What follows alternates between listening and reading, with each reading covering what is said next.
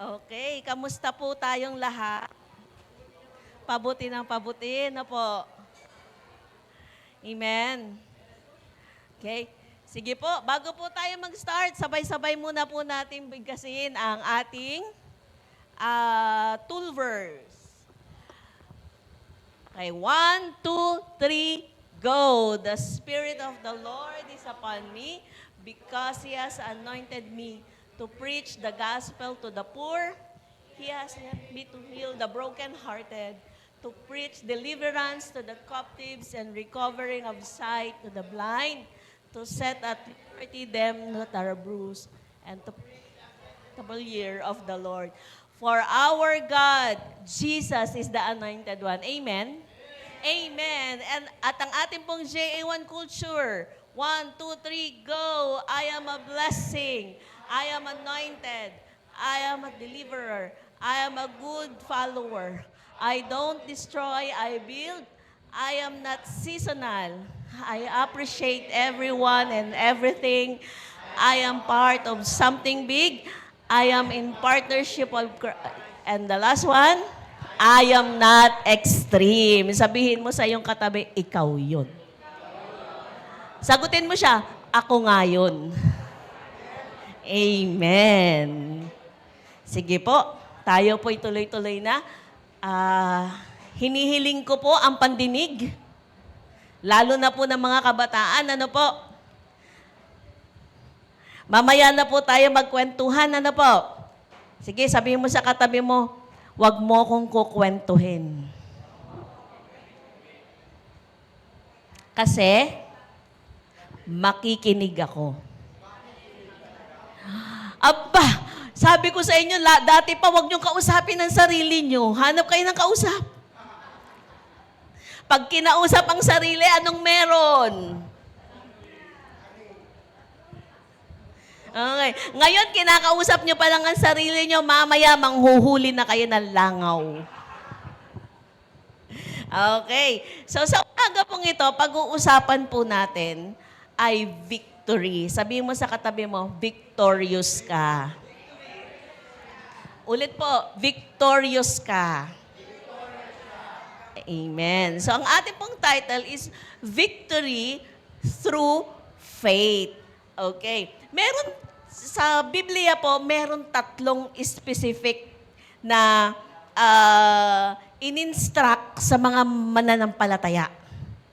May tatlo specific na kailangan mong pagtagumpayan. Kailangan mo at kailangan kong pagtagumpayan. Ano po yun? Sabing ganon, kailangan daw po nating pagtagumpayan ang mundo, ang laman, at si devil. Ano nga po yan? Okay, si Taning daw, sabi ni Kuya Christian. Okay. So sabi ni James ay, resist the devil and it will flee from you. Yan po yun. Yung si Taning, yung kaaway, resist mo daw siya, ibig sabihin, pag nilayuan mo siya, hindi mo pa pwedeng sabihin, o tukso, layuan mo ako. Hindi ka lalayuan yan, kaya hindi totoo yung kanta, o tukso, layuan mo ako. Ano po? So, sabi naman po ni Paul, ay kailangan daw po nating i-resist ang devil. Susuotin natin ang full armor of God. At ang sabi naman po ni John, kailangan daw po nating i-overcome ang mundo. Okay, paano natin i-overcome ang mundo? At bakit kaya hindi natin ma-overcome ang mundo? So, there are obstacles o mga hadlang kung bakit hindi natin ma-overcome ang mundo. So, number one na obstacle for us to overcome the world is the desire of the flesh. Desire of the flesh. Ano ba yung mga desire ng flesh natin? No? Yung things or mga bagay that will give us pleasure. Yung parang dito ako masaya, ito yung gusto ko, ito yung makakapagbigay sa akin ng, parang pag nakuha ko to, langit na. Ha? Hello? Ha? Pag nakuha ko to, langit na. Diba? Pag natikman ko to, langit na. Pag natikman ko to, wow, heaven. Okay? So darkness, number 2, darkness versus light. Sabi nga ng Biblia, sila ay nagtatago sa dilim. Bakit? Bakit sila nagtatago sa dilim? Dahil ayaw nila sa liwanag. Dahil sa liwanag, nakikita ang maling ginagawa. Amen? Okay, so, wag muna po kayong magalit sa akin, ha? Umpisa pa lang po tayo. Introduction pa lang. Okay. Kasi, actually, wala naman pong nakakakita sa atin, walang nakakaalam sa atin kung ano ba talaga tayo, kung ano ba talaga ginagawa natin. Amen? Only God can see our hearts. Only God can see our thoughts. Siya lang po ang makakakita at nakakaalam. No? Nakikita man po ng ating mga kapitbahay, ng mga kaibigan, ng kasama sa bahay, or ng ibang tao, kung ano yung ginagawa natin. Kasi pwede po tayo magpanggap. Amen? Pwede po tayo maging mabuti, pero alam ng Diyos, totoo ba yung pagiging mabuti natin? Amen? Amen. So, po pwedeng nandito tayo sa church every Sunday, pero kamusta na? Kamusta na ang ating puso? Kamusta na ang ating buhay paglabas natin ng church? Kamusta tayo? Amen? So that is to conform to the standard of this world. Di ba? Ano ba yung trending? Ano ba yung in? Ano ba yung uso ngayon? Di ba? Sa mga kabataan, ano ba yung uso ngayon? Ha? Pagka may sinabi, anong sinasagot ng mga kabataan? O, di ka sure. O, yung bait-bait mo, dapat lagi ka na lang pupunta sa church kasi bumabait ka pala. Di ka sure. Yeah? So, ano ba yung standard ng mundong ito? Ang standard ng mundong ito is to compromise truth kung sa makakapagbigay sa'yo ng pleasure, sabi ko nga kanina. Di ba? Iko-compromise mo yung totoo kasi sasabihin mo, white lies lang naman yun. Wait, to remind us, everyone, walang white lies, walang black lies, or any color of lies. Lies are all lies. Ha? Lies are all lies. At pag ikaw ay nagsinungaling dahil ito ang standard ng mundo, dahil ito ang in, dahil cool ka, pagka ikaw ay, pag naitanggi mo ang isang bagay, or pag napagtakpan mo ang isang bagay, cool ka na. Ha? So, next one is neglecting the object of our faith. Sino ba dapat ang object of our faith? Object of our faith must be Jesus. Amen? At nine-neglect natin si Jesus. Paano ko po, Pastora, nine-neglect si Jesus? Ay, nandito naman ako pagka-Sunday. Nandito ka nga pagka-Sunday. Nasaan ang puso mo pag Sunday? Nasaan ang isip mo ngayon? Tanungin mo yung katabi mo, nasaan ang isip mo ngayon? Dali, sabi ko, tanungin mo ang katabi mo, huwag ka magsasalita mag-isa.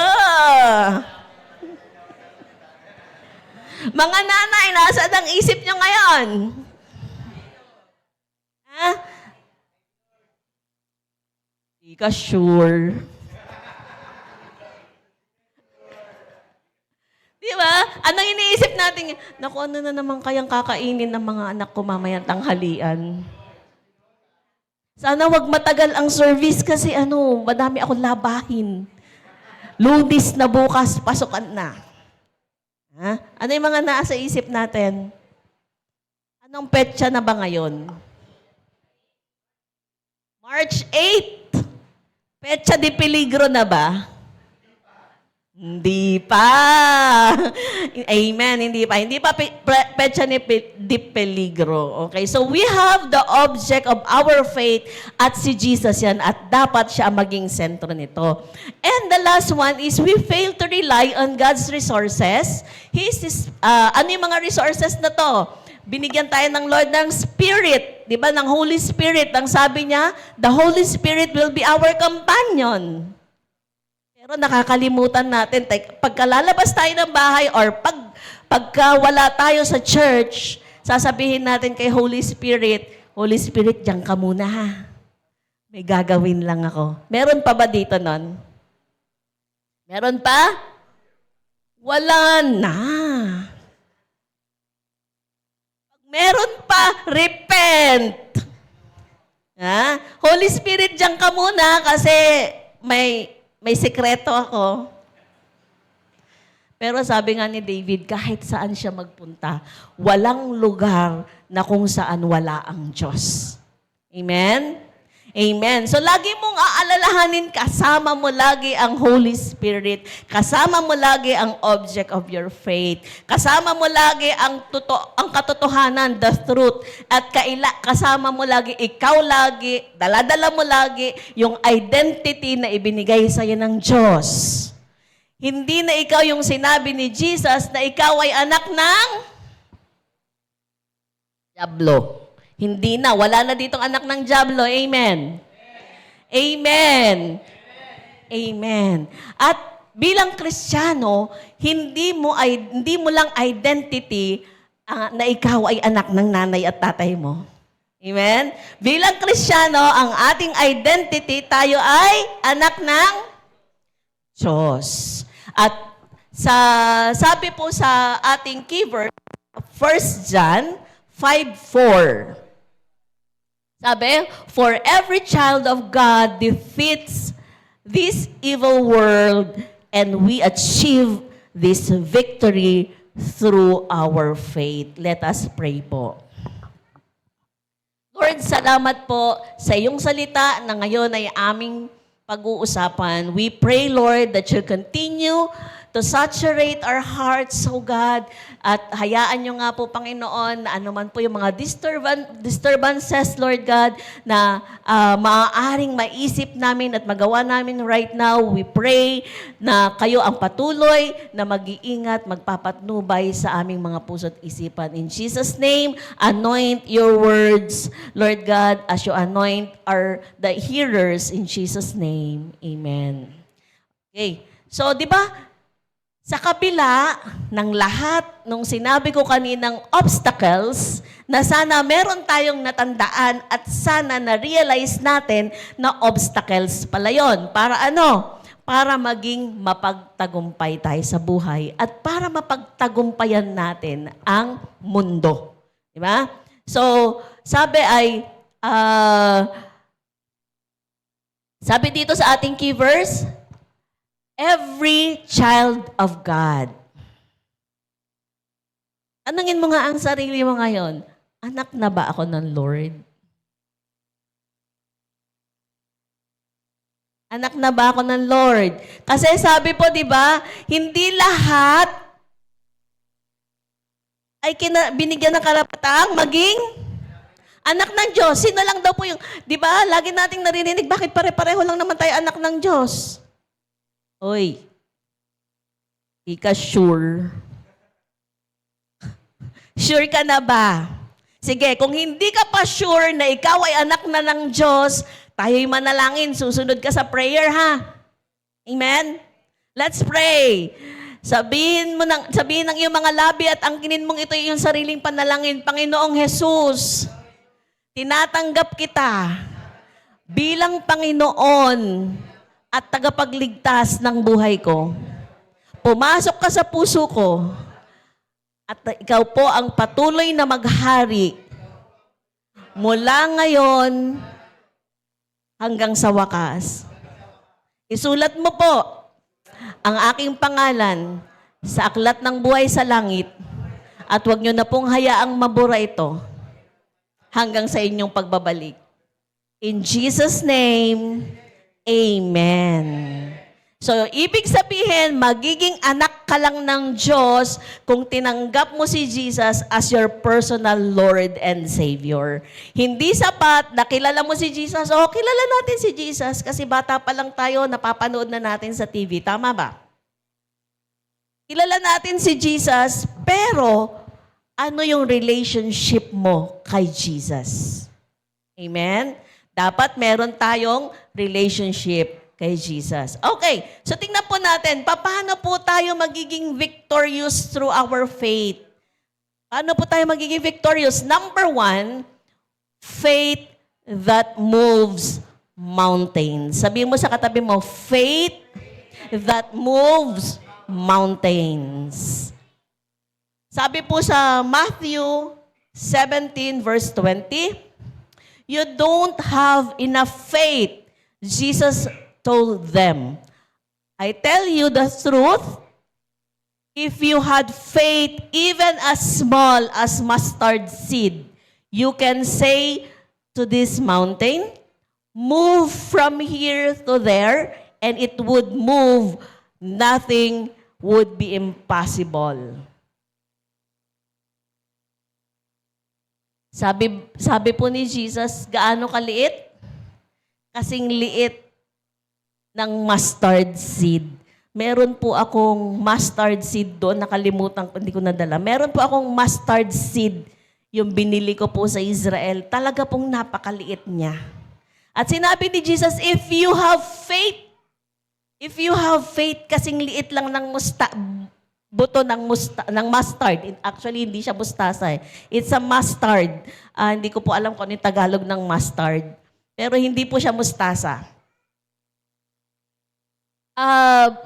Napakaliit niyang buto.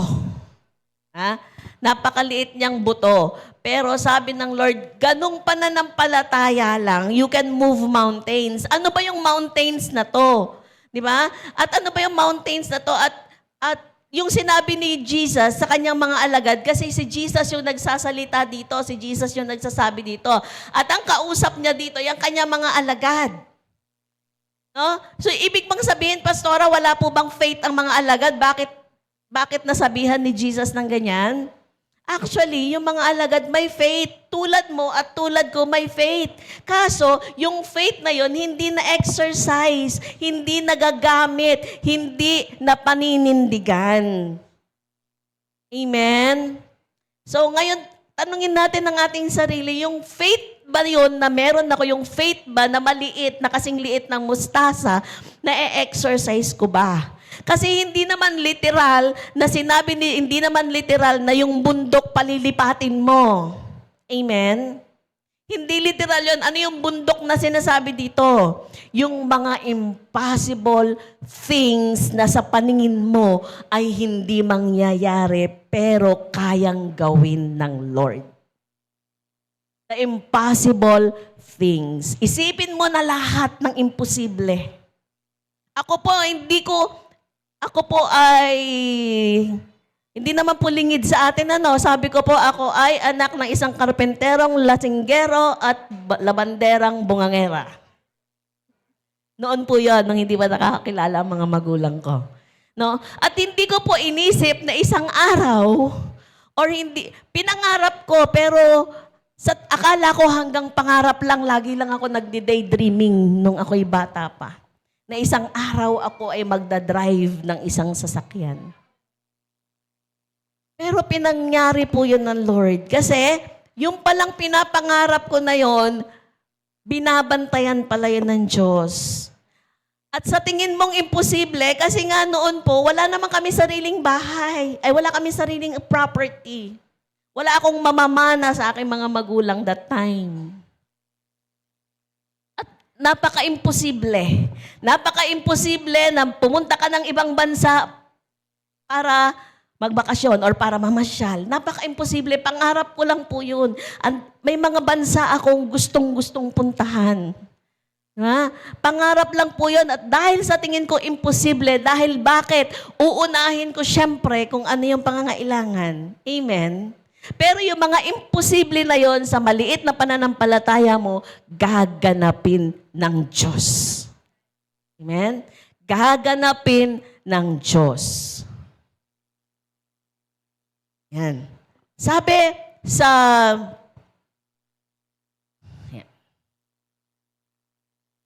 po sa Philippians 4:19, those who trust God for the right for the right things in the right way can have confidence that God will supply every need according to His riches in glory in Christ Jesus. Kanino daw po? Kanino? Kanino ibibigay? For those who trust God. Amen? Those who believe in God can have confidence that He will accomplish even the impossible according to His sovereign will. According to the will of God. Hindi ka naman din mapapagpala pag hindi niloob ng Diyos. Amen? So you have to seek, we have to seek the will of the Lord. We have to seek, ano ba talaga, Lord, yung purpose ng buhay ko?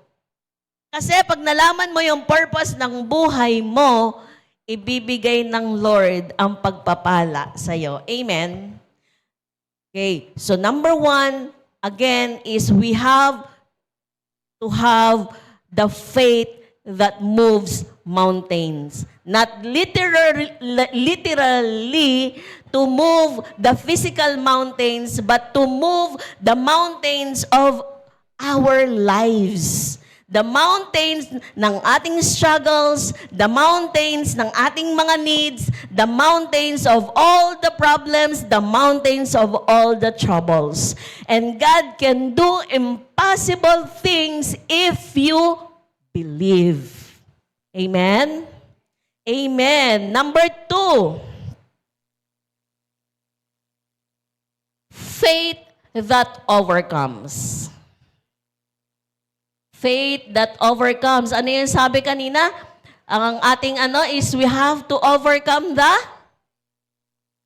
Ano daw yung overcome natin? World. We have to overcome the world. Sabi po sa John 16:33, si Jesus pa rin po nagsasalita, I have told you all this so that you may have peace in me.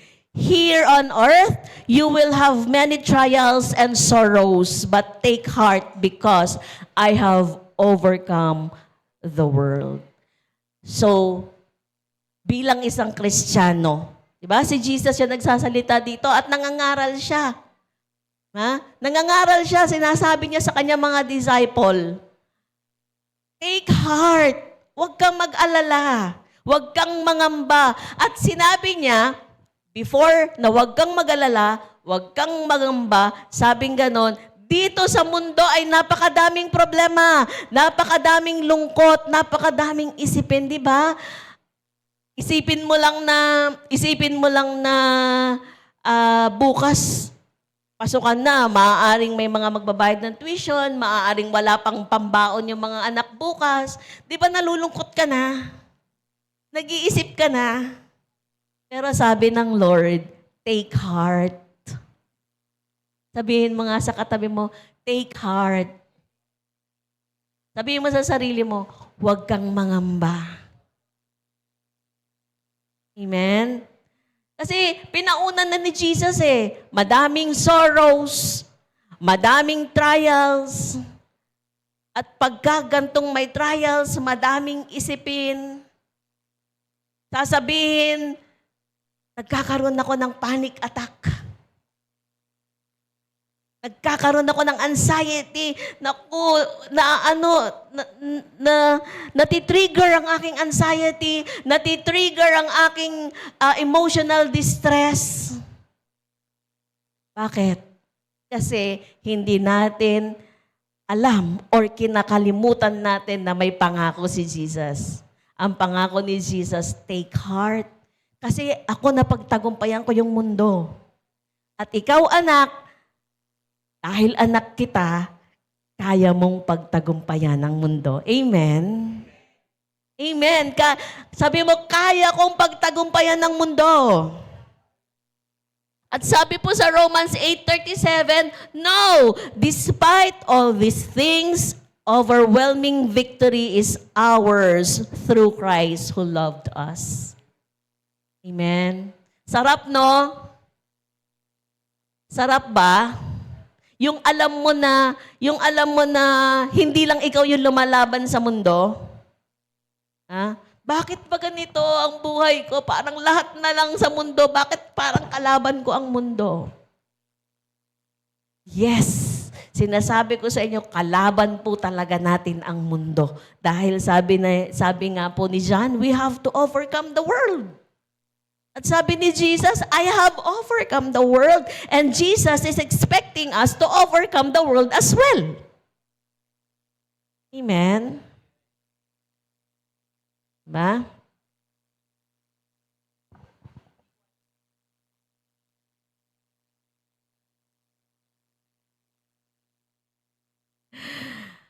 Ay, thank you, Lord. Okay. Faith that overcomes. Faith allows us to endure the trials and thorns that come our way, overcoming this world and everything in it. Di ba? Sabi nung kanta kanina, you have overcome the world. At ano ang kailangan para ma-overcome mo ang world? Anong nangyari? Anong kailangan para ma-overcome mo ang world? Everything must come down. Every strongholds must be broken. Ano pa ba yung strongholds mo? Ano pa ba yung bagay na dala-dala mo, na hawak-hawak mo, na hindi mo mabitawan? Kaya hindi mo mapagtagumpayan yung pagsubok, hindi mo mapagtagumpayan yung tukso, di ba? Hindi mo mapagtagumpayan yung lungkot. Pag nalulungkot ka, magmumukmuk ka na lang, iiyak ka na lang. Pag hindi na ibigay yung gusto mo, magmumukmuk ka. Ha? Ano ba yung mga kailangan nating pagtagumpayan? Sabi, everything must come down. Every stronghold must be broken.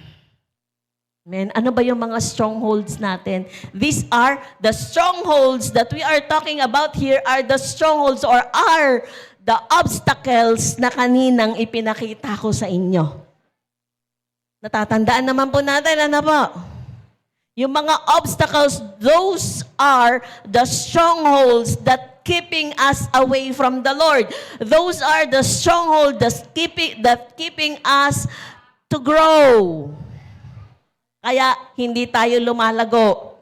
Kaya boring sa atin ang Word of God. Kaya boring sa atin ang magbasa ng Bible. Nagtanong ang Pastor Jun kanina, sino nagbabasa ng Bible? Amen? Ako lagi po akong china-challenge ni Pastor Jun. Natapusin mo, sabi ko, paano? Kasi parang meron daw reward. Parang meron daw 3 tatanggap ng reward kung sino yung makakaunang matapos. Sabi ko, paano ako? Hindi na ako qualified doon sa reward. Kasi, hindi naman po sa hindi ako nagbabasa. Actually po, yung nagbaba na magbasa, sa New Testament po ay Acts na ako. At sa Old Testament naman ay nasa Ezekiel na ako. Kasi pinag-alternate ko po yung dalawa. So, nasa Acts sa New Testament, nasa Ezekiel sa Old Testament. Pero, ang instruction kasi, may instruction kasi, di ba? Yung unang matatapos ng New Testament. Amen? Okay, so, we're not looking for the reward, for the physical reward, na yung sinabi na kung sino yung unang 3 na makakatapos, merong reward. So we are not after the reward, but we are after doon sa mamabasa mong pangako ng Diyos sa Biblia. Amen? At pag alam mo, pag may hawak-hawak ka, pag may karga-karga kang pangako ng Diyos, iyon yung magpapalakas sa'yo to overcome the world. Dahil pag wala kang hawak na pangako ng Diyos, yung katulad na lang kanina, di ba, sabi ko yung compromise, di ba? Si devil, nung si Jesus after the fasting, ay tinempt niya si Jesus. Pero si Jesus did not compromise. At anong pinanlaban ni Jesus sa temptation? Word of God. Ngayon, pag wala kang Word of God, wala kang ipanglalaban kay devil. Ha? Ano ba yan? Petsa de peligro na kasi March 8 na, kailan pa ang sahod? Tagal pa, 1 linggo pa bago sumahod. Na po, yung mga empleyado, 1 linggo pa bago sumahod. Pero meron kang salita. For God shall supply all my needs according to His riches and glory in Christ Jesus. Ha? Ang dami mong pagkukulang eh. Ang daming kulang sa'yo, ang dami mong pangangailangan. The Lord is my shepherd, I shall not want. Hindi nga, wala pang kailangan mo pang mag-review, kailangan mo pang bayaran ito, kailangan pa mag ganun, ganyan, ang daming pangangailangan na isusubo sa'yo. Sabi ng Lord, all these things shall be added unto you if you are going to seek the Lord first. Diba? Seek ye first the kingdom of God and His righteousness and all. Ha? May sinabi bang yung pang tuition fee mo sasagutin ng Lord? Sinabi bang yun lang pangkain niyo bukas ang sasagutin ng Lord? Sinabi bang yung bang pananghalian lang natin ang sasagutin ng Lord? Ang sabi, all. So, we have to have the faith that overcomes. Okay? So, we have to have the faith that overcomes, of course, the world. Pero bago mo i-overcome yung world, overcome your fear. Overcome your anxieties. Overcome your distrusts. Yeah? Kailangan mo munang i-overcome ang sarili mo. Laban ka ng laban sa mundo. Hindi mo pa naman na-overcome ang sarili mo. Wala na. Magiging ka lang, warrior is a child. Buti nga yung warrior, yung kanta ni Gary V, the warrior is a child, alam niya. Pag nasusugatan siya, pag bumabagsak niya, alam niya kung saan siya babalik. Alam niya kung saan ka uuwi. Ikaw, alam mo ba kung saan ka babalik? Alam mo ba kung saan ka uuwi? Pagka nasugatan ka dahil hindi mo in-overcome yung kailangan mong i-overcome. Overcome temptation. Ba? Ay talagang, pastora, weakness ko talaga to. Masarap ang matamis. Tumataas na ang blood sugar mo. Naalala ko, meron pa nga dito, sinisisi pa ako. Ikaw kasi, pastora, sarap mo magluto. Huwag ka kasi, pastora, magluluto para hindi ako kakain. Alam niyo po, I love cooking. Yan. So sabi po, at overcome the world, overcome your temptation, overcome yourself, di ba? At sabi na pangako ng Jeremiah 1, they will fight you, but they will fail, for I am with you, and I will take care of you. I, the Lord, have spoken. Sino daw po ang nagsalita? The Lord. Yung mga pagsubok na yan, yung mga nagtatawa sa'yo ngayon, dahil nagpupunta ka sa church, nagbabasa ka ng Biblia, di ba? Sabi nila, ewan ko, uso pa ba ngayon? Yung pag nagbabasa ka ng Biblia, sasabihan ka na, naku, huwag ka na magbasa ng Biblia, masisira ang ulo mo dyan. Uso pa ba ngayon? Hindi na. Uso pa. Nasasabihan pa tayo, no? Na nasisira daw ang ulo ng mga nagbabasa ng Biblia. May discrimination pa rin sa mga nagbabasa ng Bible. Pero ano pong sabi ng Lord? Ano sabi ng Lord? Take heart. For I have overcome the world. Lagi po nating aalalahanin to kung ano man po yung challenges natin from today on. Ano man po yung mga challenges natin, lagi mong sasabihin sa sarili mo, take heart. For Jesus have overcome the world. And I am, or you are, destined to overcome the world. Amen. Palakpakan nga po natin ang Lord kung tayo naniniwala that we are overcomer. Amen. And we have the faith that we can overcome, that we can conquer all the trials, all the sorrows na sinabi ni Jesus, for Jesus is with us. Number 3, faith in action.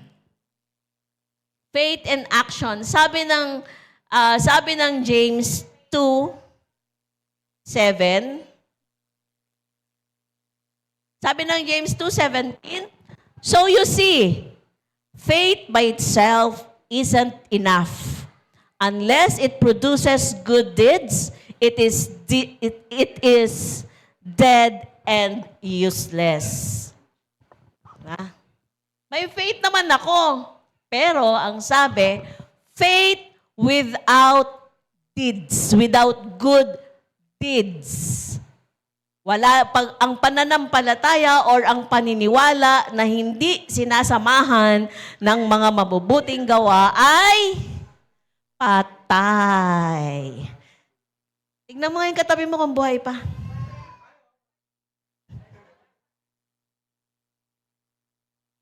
Naslain na ba? Napuspos na? Naslain na?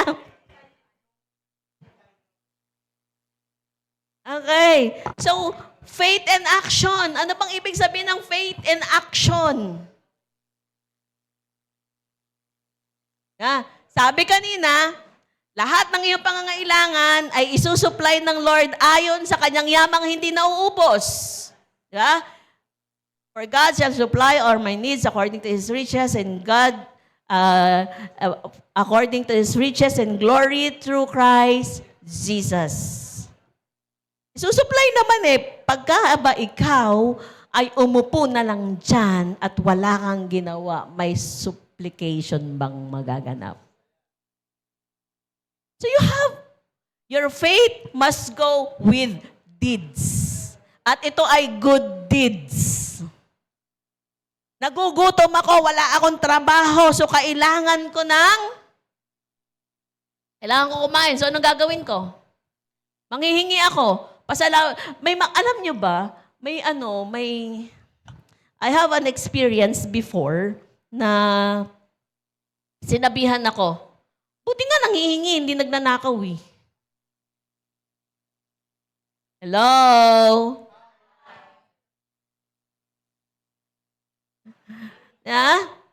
Pag po tayo humingi, eto paalala ha, pag tayo humingi at hindi tayo binigyan, wag po tayong magagalit doon sa hindi nagbigay sa atin. Di ba? Bakit? Kasi hindi mo naman alam yung pinagdadaanan ng hinihingian mo. Baka mamaya nakabihis lang yan na maganda, pero wala naman niyang ibibigay sa'yo. Yeah.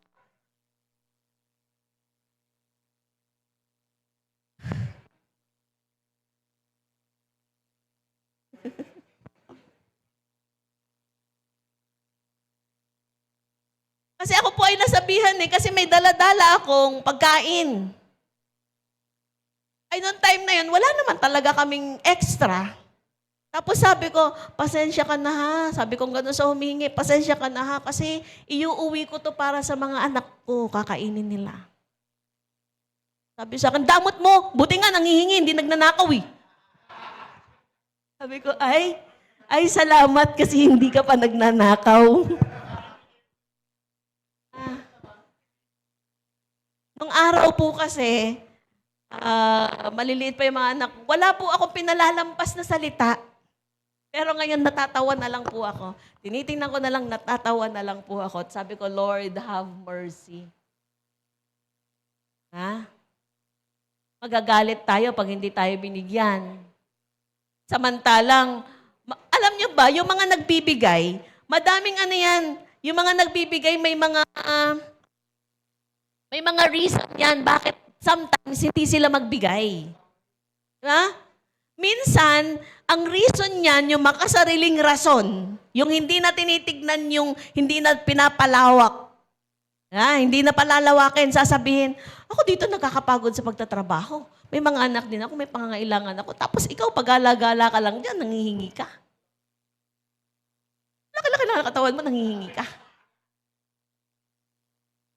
Pero sometimes, mga kapatid, eto mga kapatid, hello! Sometimes, nakikita natin yung laki ng katawan nila. Nakikita nating pag-gala-gala sila. Tapos, nanghihingi sila.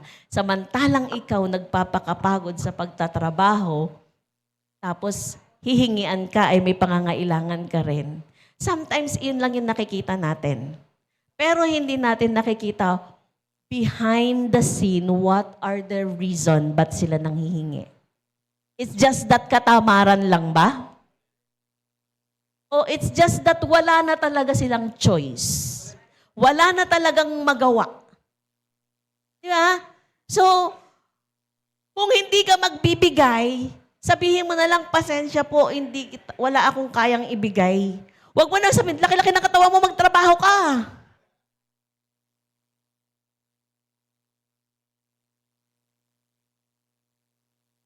Di ba? Kaya po kami medyo nagkaroon kami ng kasi minsan pangkain lang po. Kakalabitin ka. Kumakain ka. Kasi yung kumakain ka sa McDonald's o kaya sa Jollibee tapos may batang lalapit sa'yo, kasi hindi nila natitikman yon. Gusto rin nilang matikman yon. I-deliveran si Kuya Christian mamaya kasi hindi daw nakakakain ng Jollibee.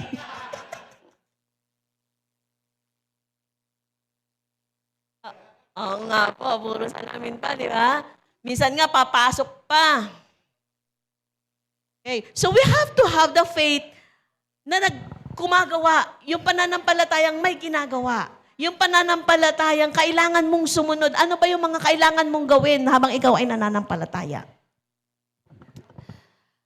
Ano ba yung kailangan mong gawin pagka ang faith mo ay kailangan ng action? Okay. So sabi po, faith that produces trust. Kasi pag wala kang tiwala, pag hindi ka nagtitiwala, gagawa ka ba? Ikilos ka ba hindi ka nagtiwala? Tingnan nyo ha. Sabi ni Jesus nung siya ay nag-resurrect, nung tinagpo niya yung kanyang mga disciple, nangisda sila, wala silang huli. Diba? Pero nung sinabi ni Jesus, sige, draw your net. Draw your net. So magdamag daw sila, pero dahil sa sinabi niya, hindi naman alam ng disciple na siya yon. They did. They draw their nets at may nahuli sila. What triggers them or what makes them to draw their nets? Nagtiwala sila, naniwala sila na kahit magdamag, silang gumawa at nangisda at wala silang nahuli, pero nagtiwala sila. Gayon din kay Peter. Sabi ni Jesus kay Peter, sige, manghuli ka ng isda kasi kailangan nila ng pambayad ng tax. Ano kailangan mong bayaran bukas? Ha? Ano kailangan mong bayaran bukas?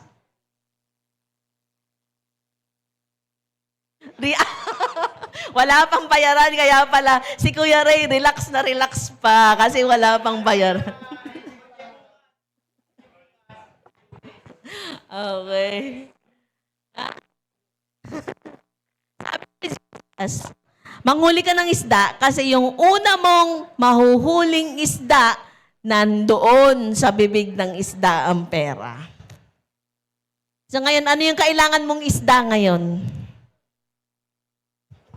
Balyena daw. Okay. So, may sinasabi sa atin, may kailangan tayong gawin at kailangan nating pagtiwalaan yung instruction na ibinibigay sa atin. Amen?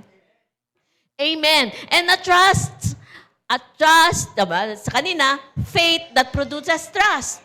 Ngayon, tingnan natin, a trust that leads to obedience. A trust leading to obedience. Ang tendency, pag nabuo ang iyong tiwala, susunod ka. Dahil nagtiwala ka, susunod ka. Gagawa ka. And the third one is an obedience which pleases God.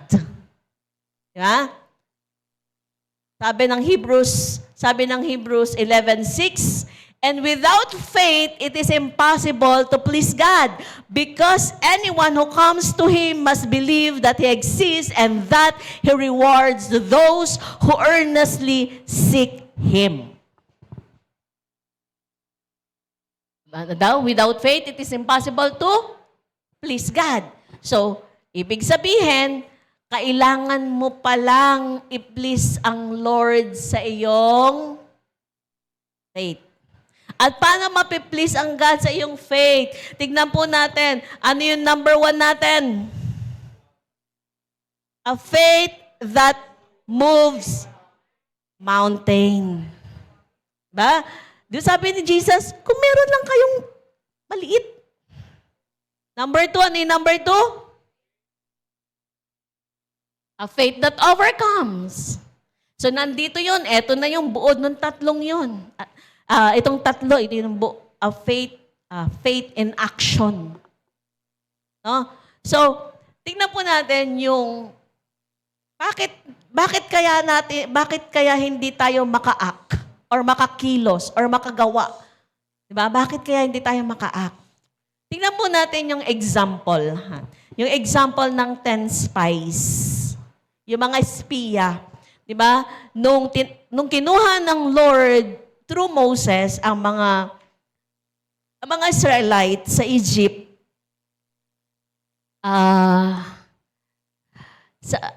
sabi nga, may pangako, di ba yung lupang pangako which is the Israel, the Cana.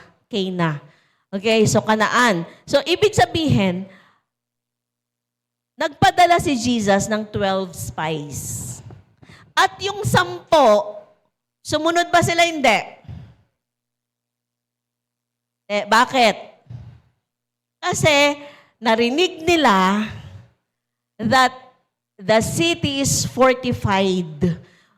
The city is vast. The city is walled. The city is protected. The military is might. The people are giants. So, the 10 spies na hindi sumunod was intimidated doon sa narinig nila. Yun na yung tumatak. Ay, naku, hindi natin to kakayanin. Hindi natin to kakayanin. 40, ilang taon na? 40 years na silang kalakad-lakad, palipat-lipat. Tapos ikakonquer nila yung mighty city. Ikakonquer nila yung may mga malalaking tao, mga higante. At sino lang ang sumunod? 2 lang. Caleb and Joshua. At bakit sumunod si Caleb and Joshua? Bakit sila pumunta? Because they believe that God would give them the land as promised. They believe that God would give them the promised land. Ha? Sila lang yung naniwala. Bakit? Hindi nila nakita yung mga obstacles. Hindi nila nakita, hindi nila tinignan, or hindi nila pinaniwalaan yung laki ng problema. Ha? Ikaw, pag malaki ang problema, kinakaharap mo, anong ginagawa?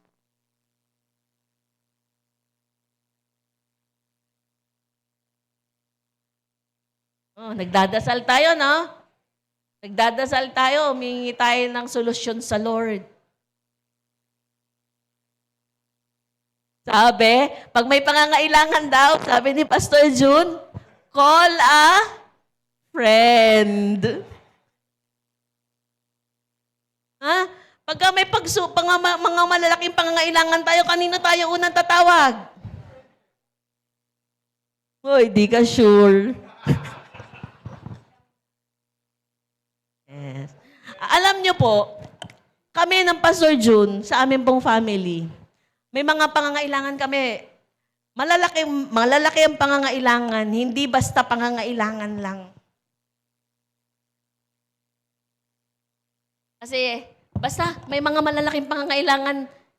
Kung gusto nyo malaman, mamaya tanungin nyo ko kung ano yung mga pangangailangan namin.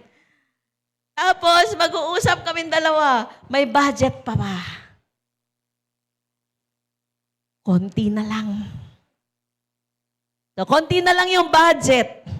Sasabihin ko kay Pastor John, kukunti na lang yung budget natin, tapos lalabas ka pa, magpapakain ka pa, magpapakapi ka pa, magkano ang Starbucks? Pero hindi pa. Pag nakikita po namin nakakaunti na ang pangangailangan, we pray. We ask God to give us wisdom, to give us enablement to get wealth. Hindi kami nagpipray, Lord, ipakita mo po sa amin kung sino aming uutangan. Lord, ipakita mo po sa amin kung kanino kami magpaparinig. Wala po. Hindi po kami nagpaparinig, pero baka may kinakalabit dyan. Joke lang. Na? 4 po ang aming anak, so isa pa lang po yung nakatapos. 2 college, 1 senior high. Lahat po nasa private school. Wala po kaming, ang amin pong trabaho ng Pastor June, ang amin pong negosyo is commission basis. So wala po kaming talagang income na masasabi mong income na dadating tuwing kinsenas katapusan. So ibig pong sabihin, mula po nung 1999 hanggang ngayon, sa Lord kami umaasa. Amen. Sabihin lang namin, Lord, client. At pag sinabi namin, Lord, client, lumalabas po kami, naghahanap kami ng kliyente. Tinitignan namin yung mga prospect client at tinatrabaho po namin yon. Hindi po kasi yung babagsak, Lord, client. O, sige, anak, eto ang client. Yes, you have to work. Magtatrabaho ka, sasamahan mo ng panalangin kasi di ba sabi nga kanina, kung hindi loloobin ng Lord, hindi ka mapapagpala. Dahil it is all according to His perfect will. Sa will ng Lord. Okay? So, tingnan natin naman sa disobedience. Moses disobeyed God. Di ba? Ang haba-haba na nilakbay. 40 years na yun nilakbay nila. Pero, dahil sa isang pagkakamali ni Moses, actually, hindi pagkakamali eh. Sinadya niya. Bakit? Kasi hindi niya na-overcome ang galit. Nagalit siya sa katigasan ng ulo ng kanyang mga kababayan. Alam niyo po, nung nasa Israel po kami, may pinuntahan po kami doon yung bundok ni Moses. At itinuro sa amin, sabing ganun nung aming guide, behind that tree is the rock. Yung rock na sinabi ng Lord kay Moses na speak to the rock. Kasi alam niyo po yung lugar, talagang bundok po siya. Bundok at talagang imposible ang tubig. So sabi ni Lord, speak to the rock. At dahil nainis na nga, hindi nga na overcome ni Moses yung inis, di ba pikon na siya? Napipikon ka pa ba? Hindi niya na-overcome, pikon na siya. Kulit niyo ha. Sabi ng Lord, speak to the stone. Anong ginawa ni Moses? Inalo niya ng kanyang baston ang bato. Ha? Sabi, speak lang eh, ba't mo pinalo?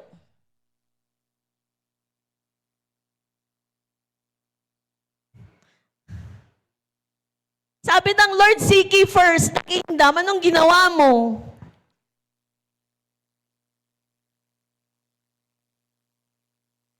Ha? So Moses, hindi nakarating si Moses sa Promised Land, ano lang ang nangyari doon sa bundok na kinatatayuan, ipinakita lang sa kanya ng Lord, oy, nandito na tayo, yun na yung Promised Land, pero hindi ka makakapasok doon because you disobeyed my instruction. Sa ating buhay, may instructions ang Lord. Every day may instructions sa atin. Ano yung mga instructions na to natin kayang sundin? Ha? Ano yung mga instructions na ayaw mong gawin? Instructions na Lord, honor your mother and your father and you will live long. Pero hindi mo magawa, hindi mo ma-honor ang iyong father, ang iyong mother. Bakit?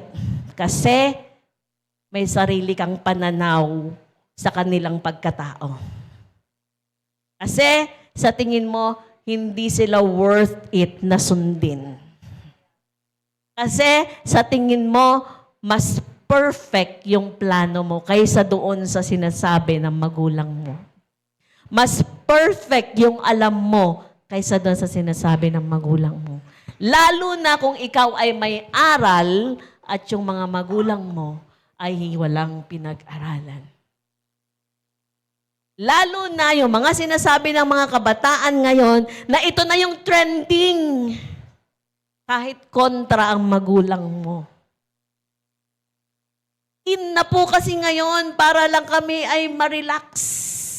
Kailangan namin ng companionship. So, kailangan po namin ng boyfriend, ng girlfriend.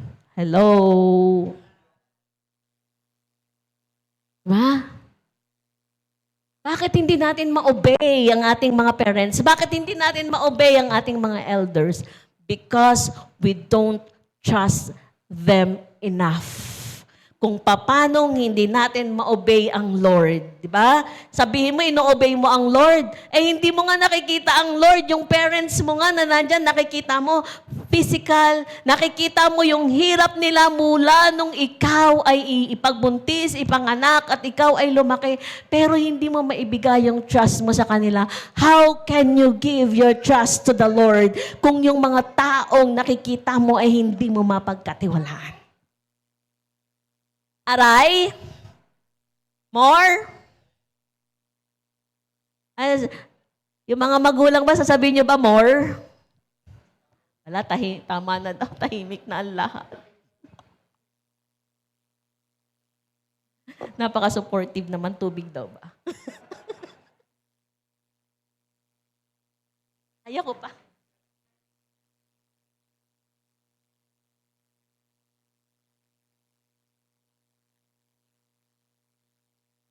Yon. So, Moses disobeyed the instruction of the Lord. At sabi ko nga tayo, madami tayong instruction ng Lord. It's all between you and the Lord. Ano ba yung ini-instruct ng Lord sa'yo ngayon? Ha? Ano ba yung ini-instruct ng Lord sa'yo ngayon?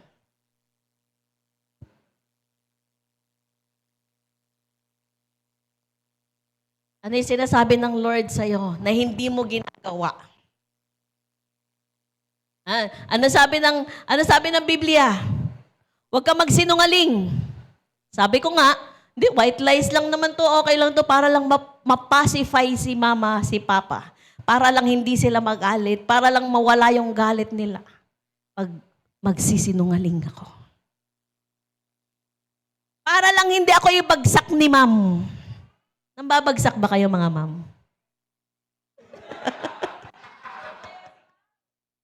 Opo, agad oh. Kasi ako nambabagsak din po ako nung ako'y nagtuturo pa. Yan. Ha? May instruction si ma'am. Hindi mo ginawa yung instruction ni ma'am, pero gusto mong pumasa. Kaya pag nakita mo yung failing grades mo, hahabol-habulin mo si ma'am ngayon. Importante si ma'am. Ha? Sabi ng magulang mo, wag yan, hindi yan tama, mali yan. Hindi. Tama ito. Napag-aralan ko na to. Napag-isipan ko na to. Tapos nung pumalpak ka, uuwi kang luhaan. The warrior is a child. Ka na naman. Amen? Okay? So, obedience which pleases God. Gusto mo bang matuwa ang Lord? So, kung gusto mong matuwa ang Lord sa'yo, you have to please Him. You have to obey Him. You have to trust Him. Amen? Isa pa, malapit na matapos. Isa pa, yung pong mga, tayo naman po yung mga Kristiyano na, no? Yung pong mga hindi nila magawa na makapagbigay ng kanilang tithes, yung tamang tithes. So, kayo lang naman ang nakakaalam kung nabibigay nyo ba talaga yung para sa Lord o hindi. Pero ito lang po ang sasabihin ko. The reason why hindi ka makapagbigay is because you don't trust God. Bakit? Ay, sinabi niya, Malakay 3:10, try me on this. Di ba? Try me on this. Pero hindi mo magawa. Why? Kasi, kulang pa. Kulang pa nga po yung sinahod ko. Kulang pa nga po sa pangangailangan namin. Sumahod nga po ako ngayon, kulang pa sa kuryente. Sabi nga po ni Pastor Fred, ang ginagawa niya, bago isipin lahat ng bayaran, bago isipin lahat ng budget, uunahin muna ang tithes. Ha? So the reason kaya hindi ka makapagbigay, the reason kaya hindi ka makasunod is because you don't trust God enough. Hindi ka naniniwala doon sa hamon niya na try me on this. Ha? Yun lagi mong tatandaan. Try me, sabi ng Lord, try me on this and see if I will not open the windows of heaven and pour out blessing na wala ka ng sukat pagkalagyan. Amen? Amen. Ayan na naman, napunta na naman tayo dun. Trust the Lord. Pag may instruction sa'yo, pag may pinagawa sa'yo ang Lord, trust Him. Kahit hindi mo alam kung ano yung nasa dulo. Diba? Kung ano yung nasa dulo. Katulad po ni Noah. Ilang taon niyang ginawa yung ark. Ilang taon niyang ginawa yung ark. Sinabi ng Lord, gumawa ka ng barko. Binigyan siya ng sukat. Anong klaseng barko? Ginawa niya because he trusts God. Despite all the mocking na naranasan niya. Di ba? Yun ang literal na sinabihan talaga siya ng baliw. Despite all the mocking na naranasan niya, he chose to trust God. Amen? In conclusion po, faith is not about seeing because it is about believing. In Hebrews 11:1, faith shows the reality of what we hope for, the evidence of things cannot see. So faith is not about seeing. Hindi dahil nakita mo, iyon yung paniniwalaan mo. Because faith is not kung ano yung nakikita mo. Faith is what you believe. Faith is not about feeling. Hindi mo to nararamdaman. Ito yung faith ko. Ito yung nararamdaman ko ngayon. Pag lumabas ako ngayon, may magbibigay sa akin. Ito yung pananampalataya ko. It is about trust. Tiwala. Amen? And faith is not passive. It is active obedience. Dapat buhay. Dapat in action. At sabi po sa John, 1 John 5:5, and who can win this battle against the world? Only those who believe that Jesus is the Son of God. Sila lang daw po yung magkakanker. Sila lang yung makakapag-overcome ng mundo. At ikaw, kapatid, sa oras na ito, inaanyayahan kitang tumayo.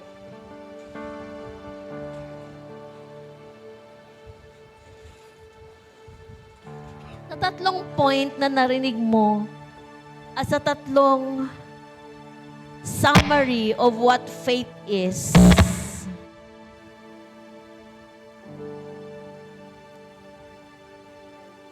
Talk to the Lord as we sing the song.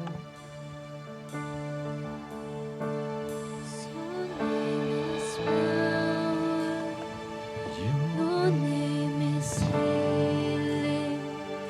Your name is life.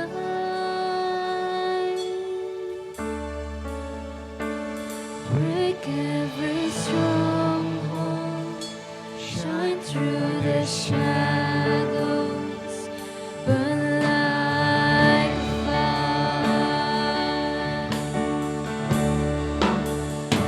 'Cause your name is power. Your name is healing. Your name is life.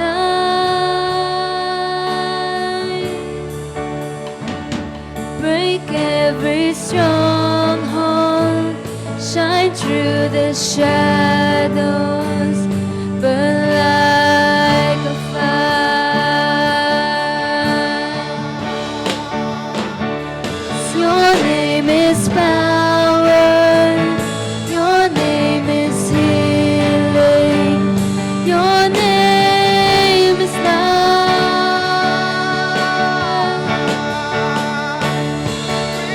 Every stronghold, shine through the shadows, burn like a fire. On, speak the name of Jesus.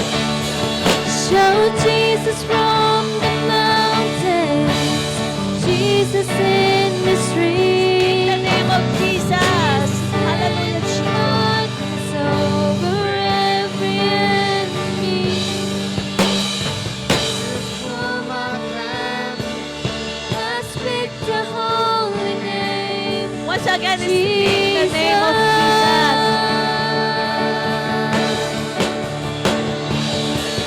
Shout Jesus from the mountains, Jesus in the streets, Jesus in the darkness over every enemy. Jesus for my family, I speak the holy name, Jesus.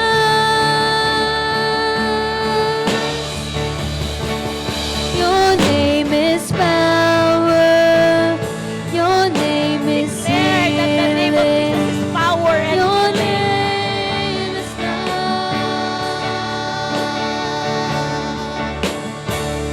Break every stronghold. Shine through the shadows. Burn like a fire. For the last one. Your name is power. Your name is healing. Your name is life. Break every stronghold.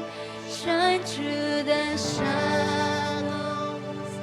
Burn like a fire. Lord, maraming salamat po. Because we have you, Jesus, we have your name, oh God. We have your name, we have your power over our families, over all the trials, over all the sorrows, over all the struggles. Salamat, Panginoon, dahil hindi mo kami pinababayaan. Salamat sa pangako niyo, Lord God, na hindi niyo kami iiwan. Salamat, Father God, for the assurance that we will conquer the world because you have conquered the world, that you are with us. Lord, Nakikita niyo po, Panginoon, ang bawat isa sa amin sa lugaring ito. Kita niyo po, Panginoon, ang aming mga dalahin. Kita niyo po, Panginoon, ang aming mga isipin. Lord, right now, we are laying them all down to your feet, O God. At hinihingi namin ang inyong biyaya. Hinihingi namin, Panginoon, ang inyong pagsama. Hinihingi namin, Panginoon, ang kalakasan. At hinihingi namin, Panginoon, that you will be pleased, O God, sa aming pananampalataya. Maraming salamat po, O God. Be unto you all the glory, honor, and thanksgiving. In Jesus' name shall we all say, Amen.